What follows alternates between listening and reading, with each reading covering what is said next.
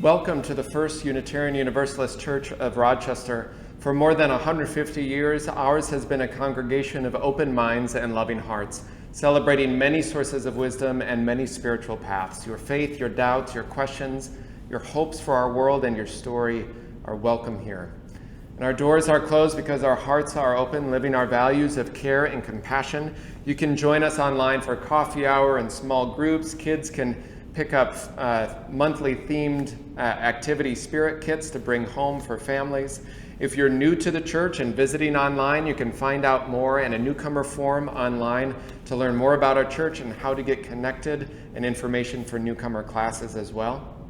We welcome you on this day where we honor the legacy of the Reverend Dr. Martin Luther King Jr. We invite you to find ways to stay connected to justice work during this time, even as we wish we could, as we normally would, gather on this Sunday and also gather for the events for Martin Luther King Day tomorrow. We invite you to find ways to stay connected to justice work that continues during this time of separation. You can also join us for Wednesday evening forums. We have justice-focused forums this month that you can join us for. Starting this Wednesday night, Molly Dingle and I will lead a forum on Unitarian Universalist spirituality and its grounding, leading us into justice work. And the following week, we'll lift up and explore justice work connected to our church and church members, how they've been involved in the wider community and organizations, living those values in the wider world. So join us these next 2 Wednesdays for those. And next Sunday, we have a very special forum, Sunday, January 24th in the afternoon, where you can join me and other faith and civic leaders across the state, including Governor Walz and the Minnesota Speaker of the House, Melissa Hortman, with Isaiah Minnesota, which is an interfaith justice organization helping to shape the legislative season and what we can bring as our progressive spiritual values to that work. Here's a special invitation from one of our members, Gus Braga. One of the many things that excites me about Isaiah is that the people are grounded in UU values and goals. The organization brings truth to action in Rochester as well as Minnesota. We have the powerful opportunity to continue fighting for a multiracial democracy, a caring economy, and have political imagination about what we want to make possible, like decisions for COVID-19, the aftermath of George Floyd's and many other people of color's murders, to counter attempts to violently undermine the national election, climate crisis, childcare, people who can't afford health care, food, and housing. We have witnessed that we are the political will of our elected officials. It is our job to lead and set the terms of political debate and fight for solutions that meet the crises we face. Our silence or action has consequences. We cannot afford to play it safe. This temptation is higher given that the House, Senate, and Governor are up for election next year. What do you want for yourself, those you love, and this community? What do you care about? What do you want our democracy to look like? Please join us for this very important virtual meeting on January 24th from 2 to 5. We have now witnessed what people power can do. So please join us next Sunday. You can find a registration link and more information in your e-news. Today's offering will go to support the Southern Minnesota Interfaith Immigrant Legal Defense Fund, or SMILED, a coalition with strong ties starting in our church, supporting immigrants in need of financial support for legal services and a fair hearing. You can find out more online and give at our website. And we're so excited to have a child dedication today from the Langton Yanowitz Gonzalez family, Jerry, and we'll have that welcome, and we welcome the family into our service today as well. Welcome, Jerry. It's great to have a child dedication during this time. Finally, in the words of the Reverend Eliza Tupper Wilkes, minister of this church in the 1870s, may our faith in humanity and our message of hope and good cheer light our way. It's good to be together. This is the Unitarian Universalist Church. This is the Church of the Flaming Chalice. This is the Church of the Open Mind. This is the Church of the Loving Heart, where friends come together and share.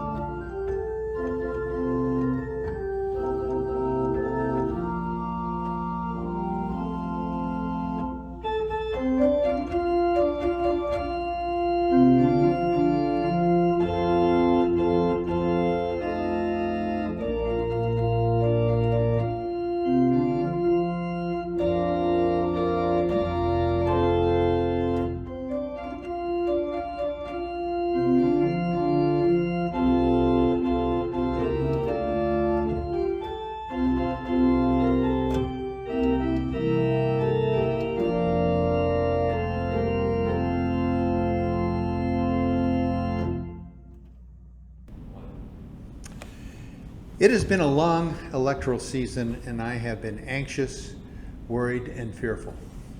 I'm quite sure that I am not alone. I have been anxious about the course and direction of our country. I have been worried that hate, bigotry, and white supremacy would win at the polls. I have been fearful that our democracy would implode over the deep divisions in our country. Recent events in the Capitol have made even the whole world question the strength of our democracy. But in this dark time, we must not give in to anxiety, fear, and worry. We must stand up to those who attack our beliefs and principles. We cannot compromise our humanity. We must step out of our comfort zone. We must use this challenge to temper ourselves as steel is tempered with the heat of fire and the cold of water. My fervent wish is that this country will come out stronger from this crisis, and our commitment to the path of justice and equity is invigorated and intensified. I would like to call us to worship with the words of the Reverend Sharon Wiley. It is said that our church is here to comfort the afflicted and afflict the comfortable. I say we are all afflicted and we are all comfortable. May our time together this morning be a comfort and a confrontation. May we find peace in times of tumult. May we here invite tumult into the lives of peace. May we here find calm in times of restlessness. May we here allow restlessness to evolve into action. Let this be the place you consider what you've never considered. Let this be the place you imagine for yourself, something new and unthinkable. May this hour bring dreams of new ways of being in the world. Come, let us worship together.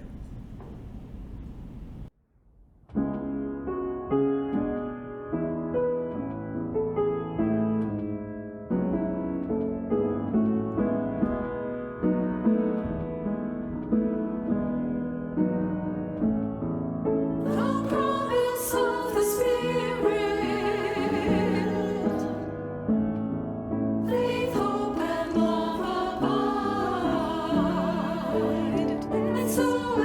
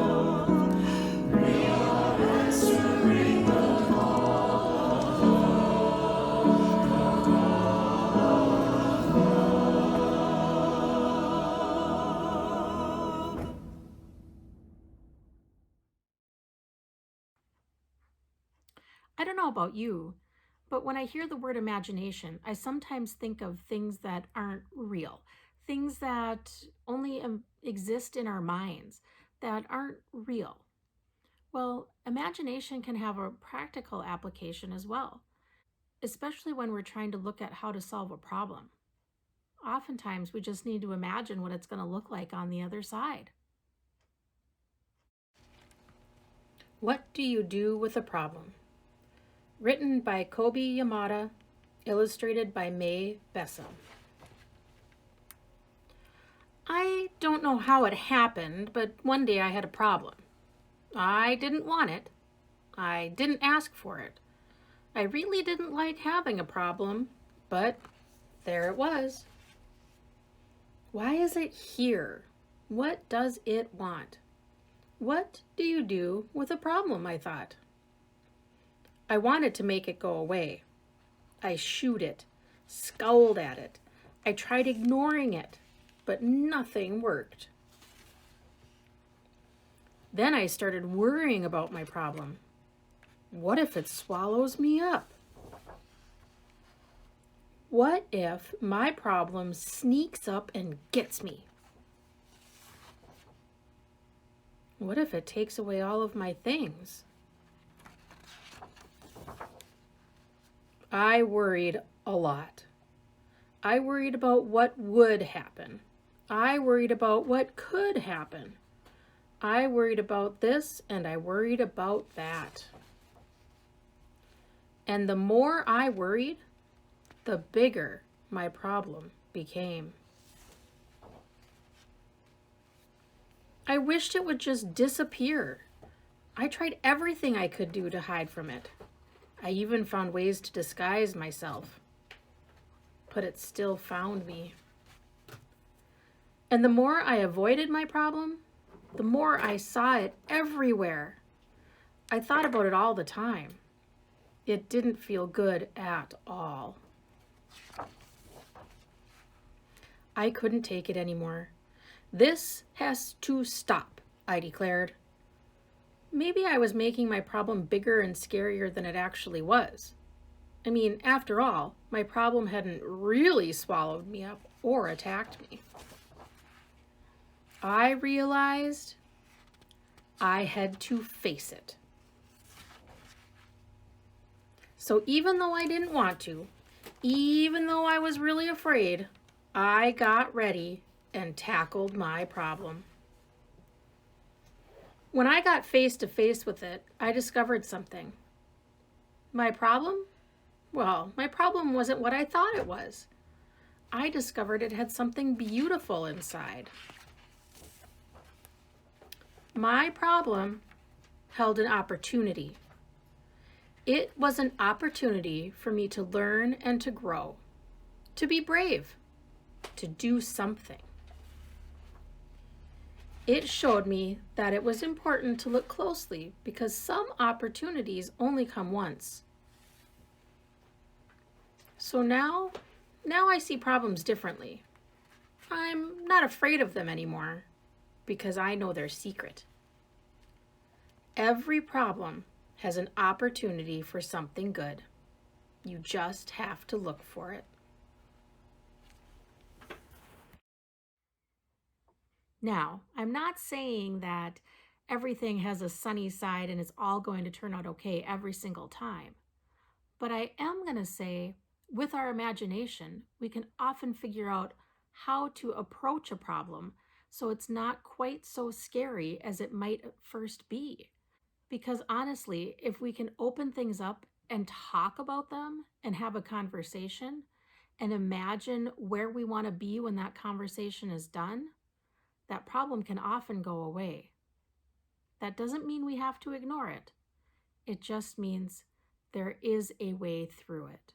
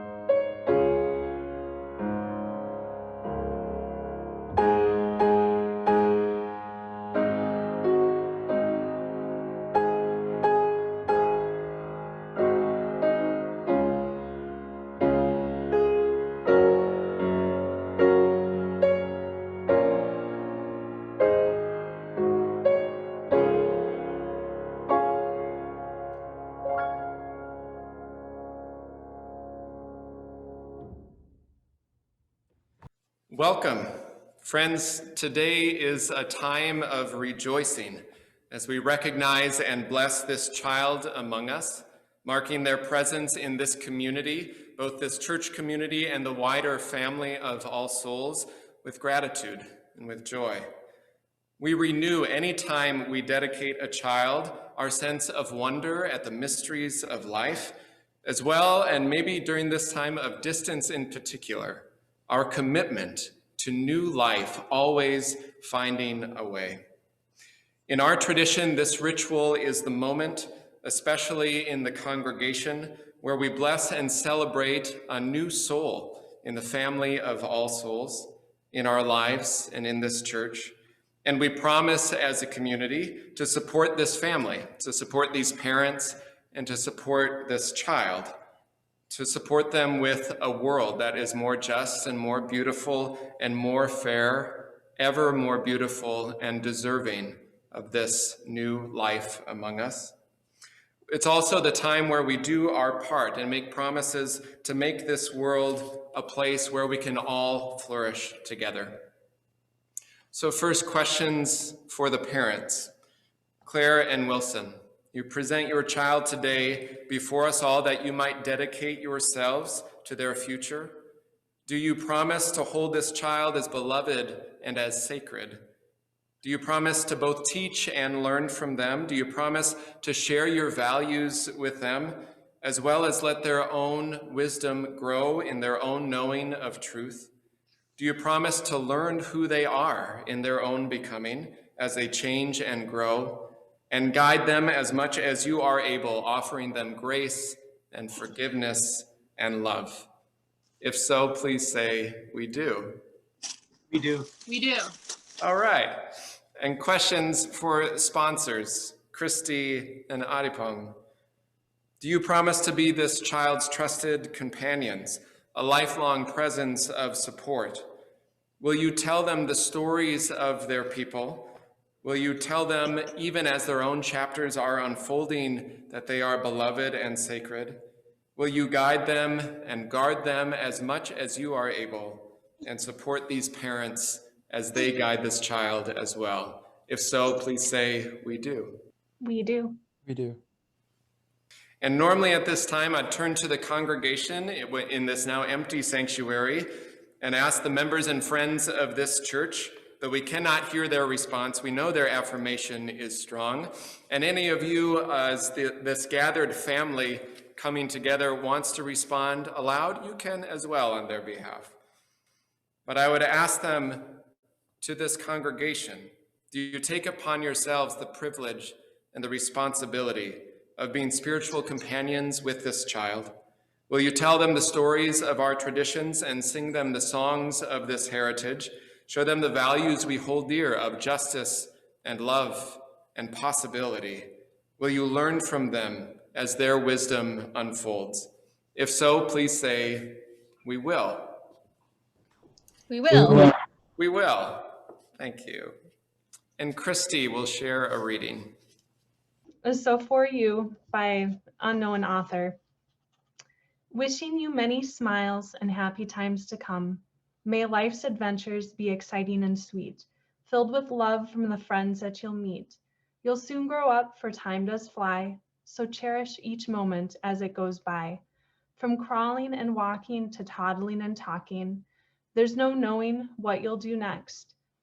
There's a threshold to cross and a wide open door and a wonderful world for you to explore. Sleep with the moonbeams and play in the sun. Let your life be a long one and filled with fun. May today and tomorrow and all days hereafter be days that are happy and filled with your laughter. Beautiful. Thank you, Christy. And Claire and Wilson, I believe you have words you'd like to share with Jerry as a blessing to him. Welcome, Jerry. We're so glad you entered our family. We love you so much and look forward to a lifetime of closeness with you and Grace. We are here to support you and Grace and love you too unconditionally. Here are some thoughts we wanted to share of things we have learned in life. Time is a precious gift. Choose how you spend it wisely. Our life has meaning because our time is finite. Remembering that can help you choose gratitude.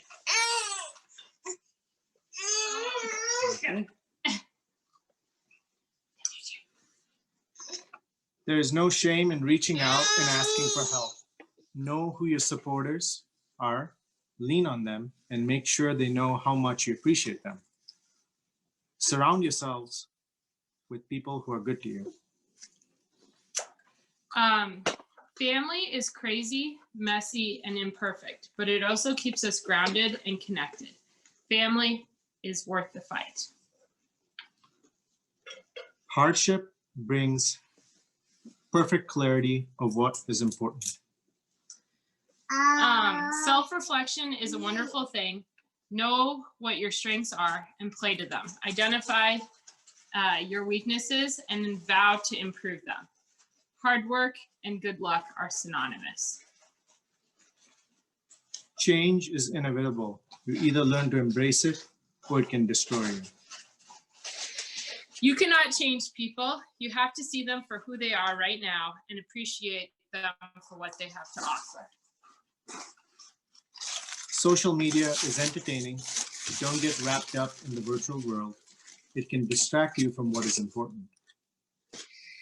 There are moments in life where it is important to muster courage. Take care of your body. It is your temple. Having good health can increase your quality of life. Avoid addictive behavior that is not good for your body or mind. Everyone needs kindness and understanding. It doesn't cost a thing. It always fits, and it's the gift that keeps giving. Give it generously. That's beautiful and lovely. Thank you for those words, Claire and Wilson. And as much as it makes sense that we mute each other here on Zoom, one thing that I miss from in-person child dedications is hearing constant cries of children and the rustling of child dedications. So it's good to hear their voices. So I invite you to share, by what name, what full name is this child known? Jeremy Yanowitz. So Jeremy, I pour this water for you.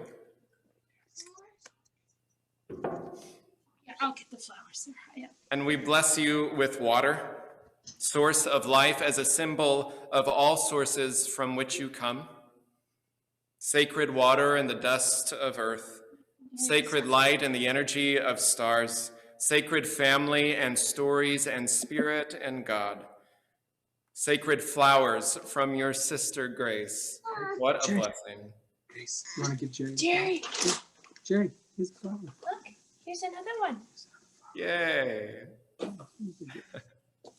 I put the other flower? Jerry, may you know from that flower and from your loving family and these adoring souls watching you and who will watch you your whole life. May you know that beauty surrounds you. May you know in sunlight and moonlight, forest and city, you are made of the very same things that this beauty is made from, of earth and stars and spirit and story and love. Jeremy, child of earth and sky, of spirit, of God, you're blessed by this family, you're held by this church, and you are held in the family of all souls. So even though you're getting blessed by a flower in person, which is good, here's a little water across the Zoom screen, a blessing from this church as well to you. So I offer these final words of blessing, usually shared in unison by the congregation in this space. May you hold these words as a blessing until we can be together again and across the distance. Jeremy, or Jerry, as many of us call you, welcome you. May you never unlearn your sweet gentleness. May you keep tame that which rages dangerous within us all. May you find your voice, which I think you have, bud. May you find it in prayer and in protest and song and in play and in possibility, remembering who you are and who you are called to be. May you win no victory that harms either yourself or another. May you ask for forgiveness openly and grant it often. May you know good teachers all the days of your life, learning from many as you also share your wisdom. May you give sympathy to all living things, and by your actions lessen the tides of human sorrow. May you know great joy and great peace and great love. May you be blessed by this world as you are already a blessing in this world. May it be so, and amen. And I believe we have a closing fun ritual with balloons. Okay, Grace. Okay. Here, you stand there. Yay, Jay. Yay. See the other one. Yay. And would all the gathered family and friends offer your blessing across the way? Blessings to you, Jerry, and Grace, and Claire, and Wilson. May you be blessed. You are a blessing to us. Amen.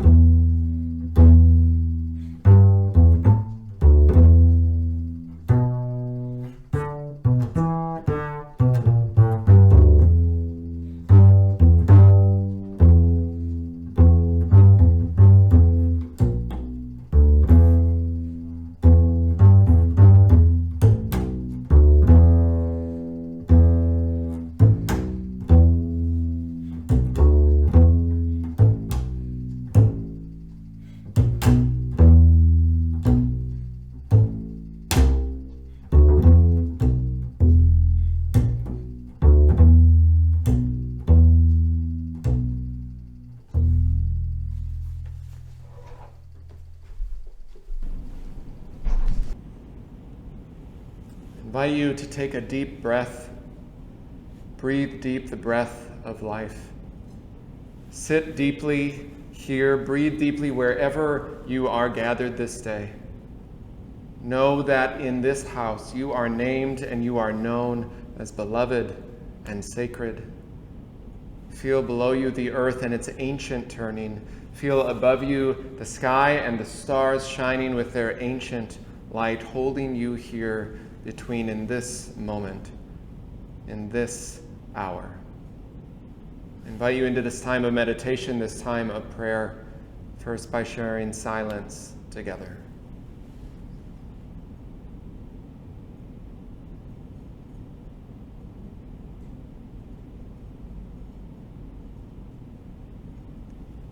Spirit of life and source of love, God of 1,000 names and beyond all naming. The Reverend Dr. King taught us that our very lives are a network of mutuality, that injustice anywhere is a threat to justice everywhere, and perhaps we feel the weight of that truth a bit heavier in these days. May the legacy of the movement he supported and led, among others, and so many known and unknown workers and leaders within that movement remind us of the work that is still going on, no doubt. That to continue that work is to work to dismantle white supremacy in our criminal justice system and our political systems, in our health disparities and in education and mental health and voter suppression, and in our hearts. May we continue that work, which is building beloved community, which means naming and knowing systems of oppression and breaking open the subversive patterns of hatred and bias that are so often so hard to notice. May we pay attention deeply to what this legacy is calling to us to attend to now and next in the days to come. And we hold this day all those who suffer in mind, in body or spirit, And I invite you to bring the names you're holding in your own heart this day in joy or in sorrow, celebration or concern, and silently or aloud now in this time to speak their names.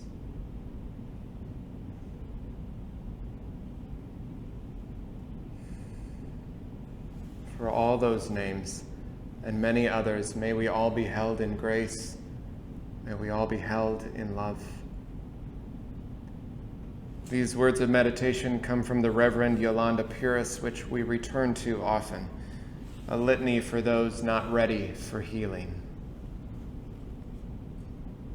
Let us not rush to the language of healing before understanding the fullness of the injury and the depth of the wound. Let us not rush to offer a Band-Aid when the gaping wound requires surgery and complete reconstruction.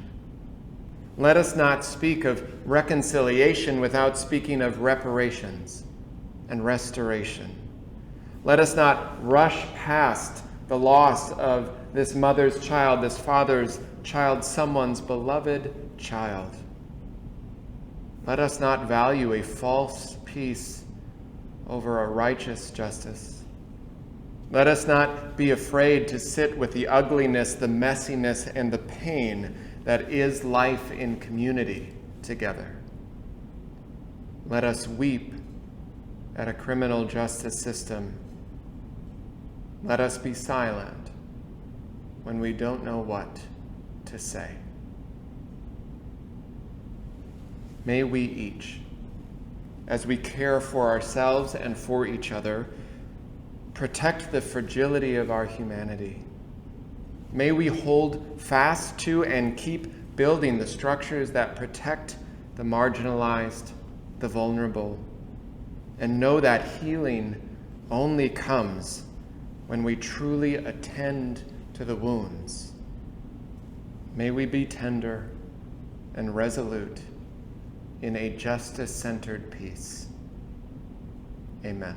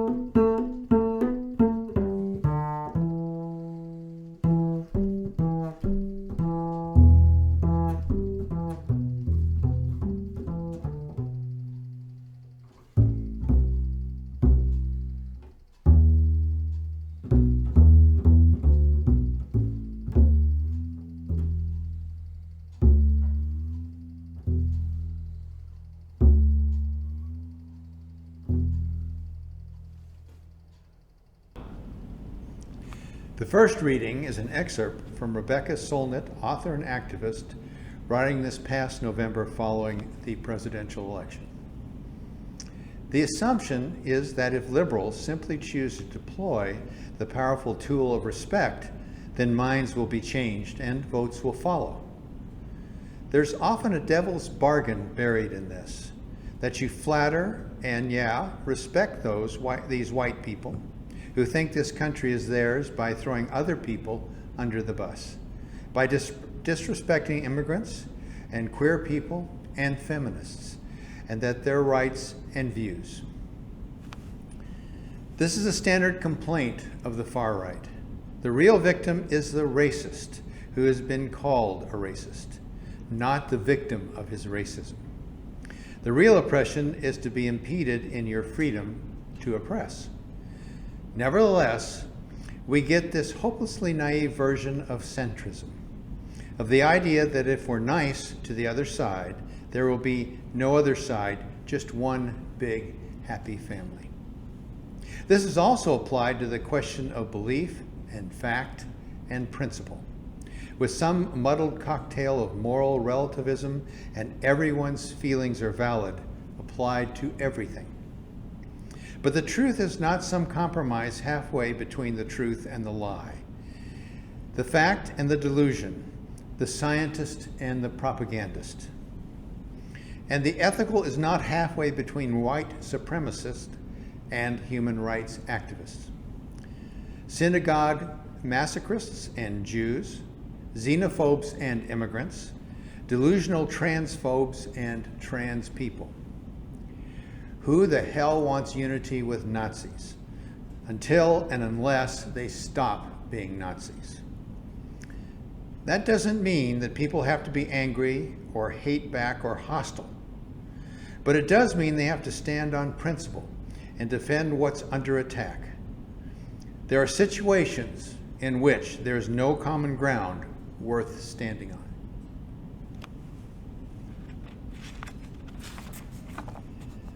The second reading is an excerpt from a sermon entitled Mental and Spiritual Slavery by the Reverend Dr. Martin Luther King Jr., preached at Ebenezer Baptist Church in Atlanta in 1963.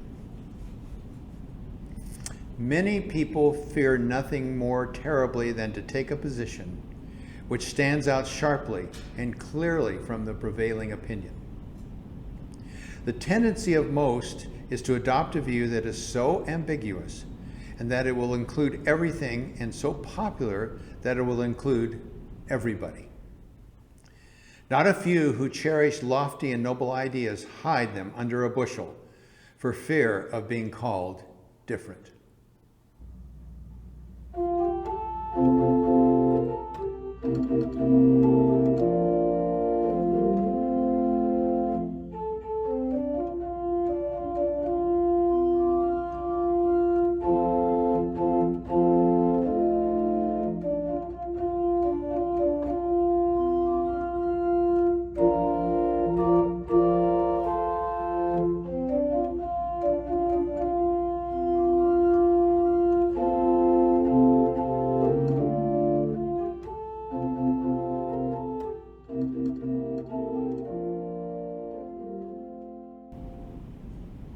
So I said to myself, sit down, you're rocking the boat. Ever heard that song or that phrase? It was a favorite quote among quiet Midwesterners around me growing up, especially white Scandinavian Protestant Midwesterners, almost an expectation, really, to stay even keel, to not rock the boat, to be agreeable. And of course, society adds loadfuls of expectations if you're a woman or if you're a person of color, through quiet and overt reminders to remain agreeable, unnoticed. On Wednesday evening, a week and a half ago, on a live show of Stephen Colbert, Senator Amy Klobuchar of Minnesota spoke of the events at the Capitol, of white supremacists storming the Capitol, fueled by their leader. At one point, Colbert said, "I know you're from Minnesota, so I can't tell if you're mad or not."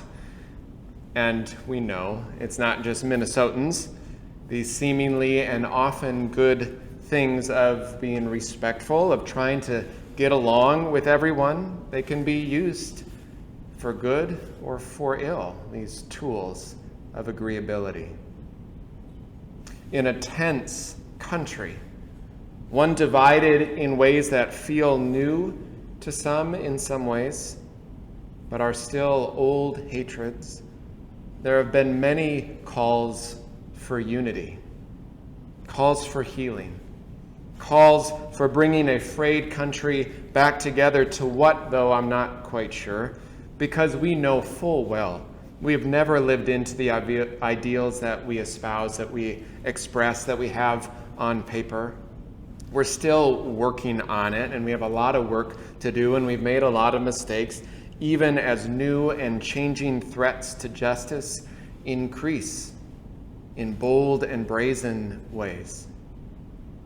That call for unity and for healing can quickly turn into what author Rebecca Solnit calls a naive version of centrism, that through niceness, through reaching out to understand the other, we should be able to solve things and get along. Or as the Reverend Dr. King wrote in 1963, the tendency of most is to adopt a view that is so ambiguous it will include everything, and so popular it will include everyone. So ambiguous and so popular it will include everyone and everything. That sounds like a dangerous surface level of pluralism or Unitarian Universalism that we can slip into, of who we think we're trying to be, inclusive of everyone and everything. It's taking that value of inclusion to a place where it's not supposed to go. Because, of course, the fact is we are not, nor should we be, inclusive of all beliefs and practices. But we are inclusive of the things that lift up the wisdom of ages and affirm the dignity of life and diversity, the life of compassion that lead us to live lives that are rooted in the liberation of the oppressed and the beauty of the world, to defend the vulnerable and the marginalized and the lives of those who are being left out because of their identity, because of their gender identity, their race, ethnicity, class. That's what this faith has always been about at its best, though we too have often failed. A faith we so often fail to live into fully in our hearts, in our congregations, of being inclusive, of being welcoming enough to be reflective about those times we fall short, how we fail, to live toward the beloved community that we long for. Sometimes that means being very clear about where we side and how we answer the call of love and justice. As Solnit writes, the truth is not some compromise halfway between the truth and the lie, the fact and the delusion, the scientists and the propagandists. And the ethical is not halfway between white supremacists and human rights activists, transphobes and trans people. Who the hell wants unity with Nazis until and unless they stop being Nazis? What are we trying to heal? What are we trying to get back to? We've rushed, as we often do, to the language of healing, quite quick, the language of unity. And some during these days are pointing back to Lincoln, trying to unite a country, a very different president in a time that feels somewhat similar. Of course, saying a house divided against itself cannot stand. But the call to unity, even for Lincoln, was rooted in what he named as firmness in the right. Firmness and commitment to what was right, not compromising on fundamental truths of humanity. being clear that there was no slaveholding that was going to be allowed, that some things wouldn't be compromised. And even as they tried to compromise, as Michael Harriot and others have wrote about recently, coming up with a compromise after the Civil War, that if states agreed to release their slaves and at least 10%, only 10%, swore an oath to the Constitution, then they could stay in the Union. That compromise, in Harriot's words, led to a race war. He writes, while you might know it as Reconstruction, there was more terrorism, mayhem, and murder during the decade that followed the Civil War than there was any rebuilding of any kind. He writes, in Georgia, white supremacists ousted 33 duly elected black lawmakers from the state legislature, killing a quarter of them. The entire state was kicked out of the Union again and had to be readmitted. He writes, in North Carolina, Klansmen formed an army and overthrew the state government and kicked the governor, William Woods Holden, out of office. And Louisiana's Knights of the White Camellia joined the ex-Confederates to massacre black voters. Freed men in Alabama, Arkansas, Mississippi, and South Carolina all experienced widespread bloodshed. He said federal laws could not end the campaign of racial terrorism. Federal occupation could not stop it.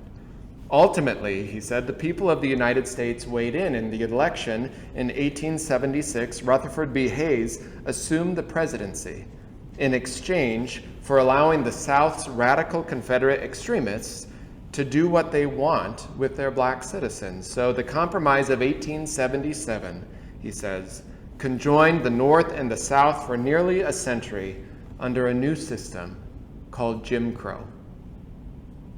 He says, sarcastically, America was finally united.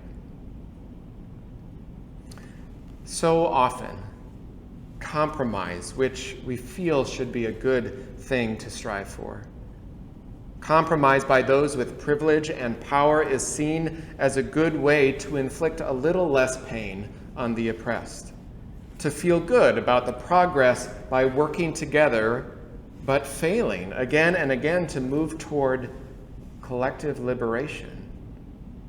And we know quite well it was not white people storming the Capitol. If it wasn't white people storming the Capitol, then things would have been much worse and much more deadly. When I've marched with primarily white groups for unions or others, compared to when I've marched with primarily black or indigenous folks on freeways or in malls or at government centers, the difference in police response is striking, startling, terrifying. And that's how armed white men made it to the chambers of Congress there on the dais, entirely unharmed. That is an expression of white supremacy at its highest level. And so the hard question is, if there is sometimes no middle ground to meet on, then how do we act politically in a socially fragmented world? There is, of course, no easy answer, but there are, as always, guideposts for how to travel that path.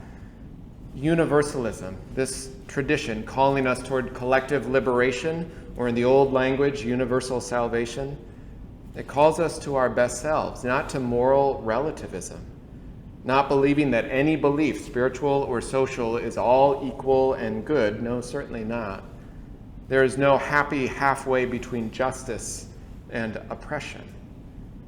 Instead, it calls us to embody our values in the very work of justice, affirming the dignity that is deserved of all people, not resulting in violence or in hate speech or in vitriol, even as we demand and call out and actively oppose the actions and words of those trampling on the lives of the oppressed.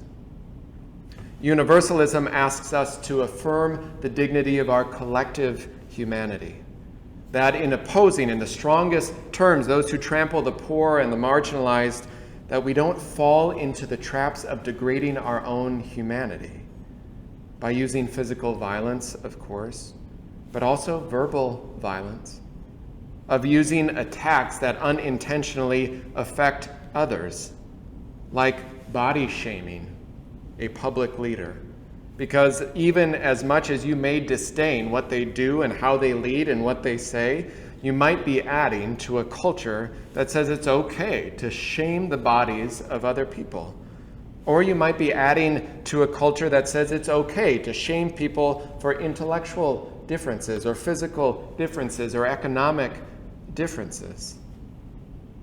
It doesn't mean to be nice to those spewing hatred, but it does mean being sharply accurate in your criticism, which is why even the peacemaker, Jesus, used the old phrase, "I have come not to bring peace, but a sword."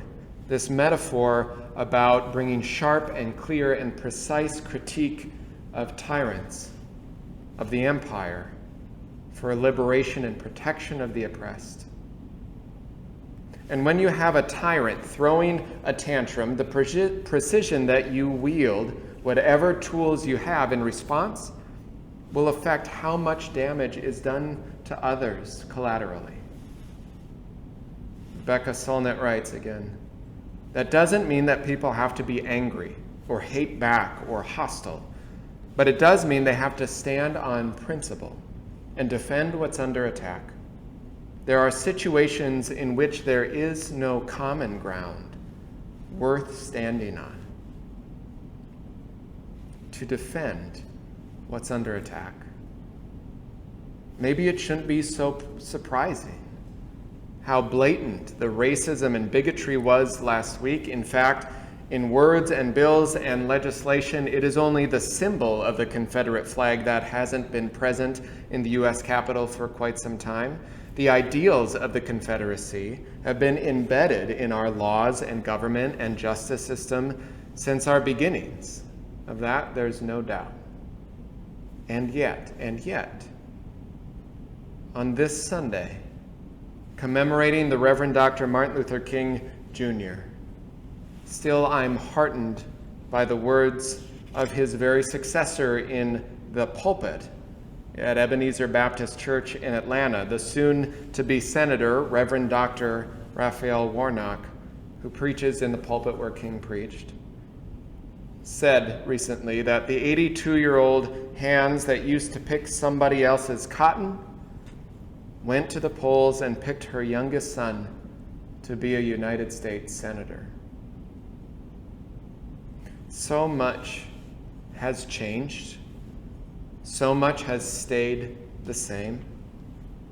There is so much yet to do, and the work is not easy. There are some things to work together on and compromise. There are others where there is no compromise in justice work. Lift every voice until earth and heaven ring with liberty is the song that we sing reverently each year in solidarity and in hope with African Americans and in honor and reverence for the legacy of the Reverend Dr. King. Lift every voice and sing. The song must go on, and we have so much more singing to do.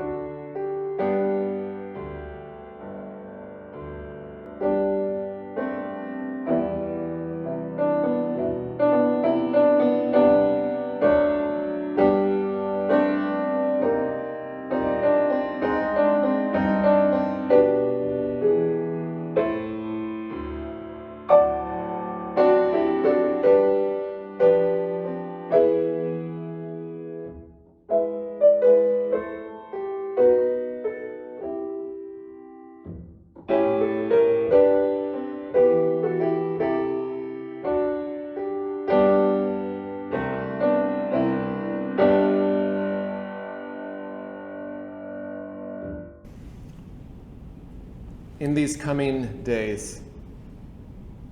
days of transition, of anxiety, in days of threats new and old. A member this week asked me about the need to ground ourselves in Reverend Dr. King's legacy, in a light that casts out darkness, in a love that casts out hate. So as we go into this week, may we ground ourselves as people brace for whatever might come at capitals around our country and in places forgotten where hatred can find its way.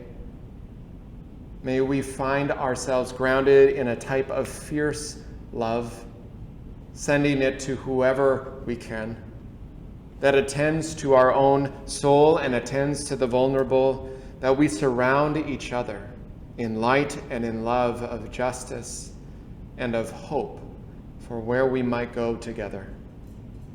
Breathe this week and root yourself in a justice-centered love of generations that will continue to lead us on.